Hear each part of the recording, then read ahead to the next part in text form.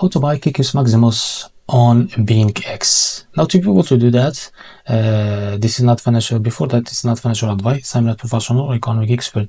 So before investing in any project that you find on my channel, please do your own research.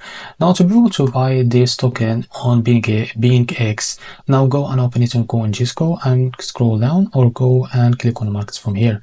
Now find the BingX from here and click on it. Make sure to create an account on it, and as you can see, about this innovation zone, now click on if you agree, just click I understand the risk stated above and click on it.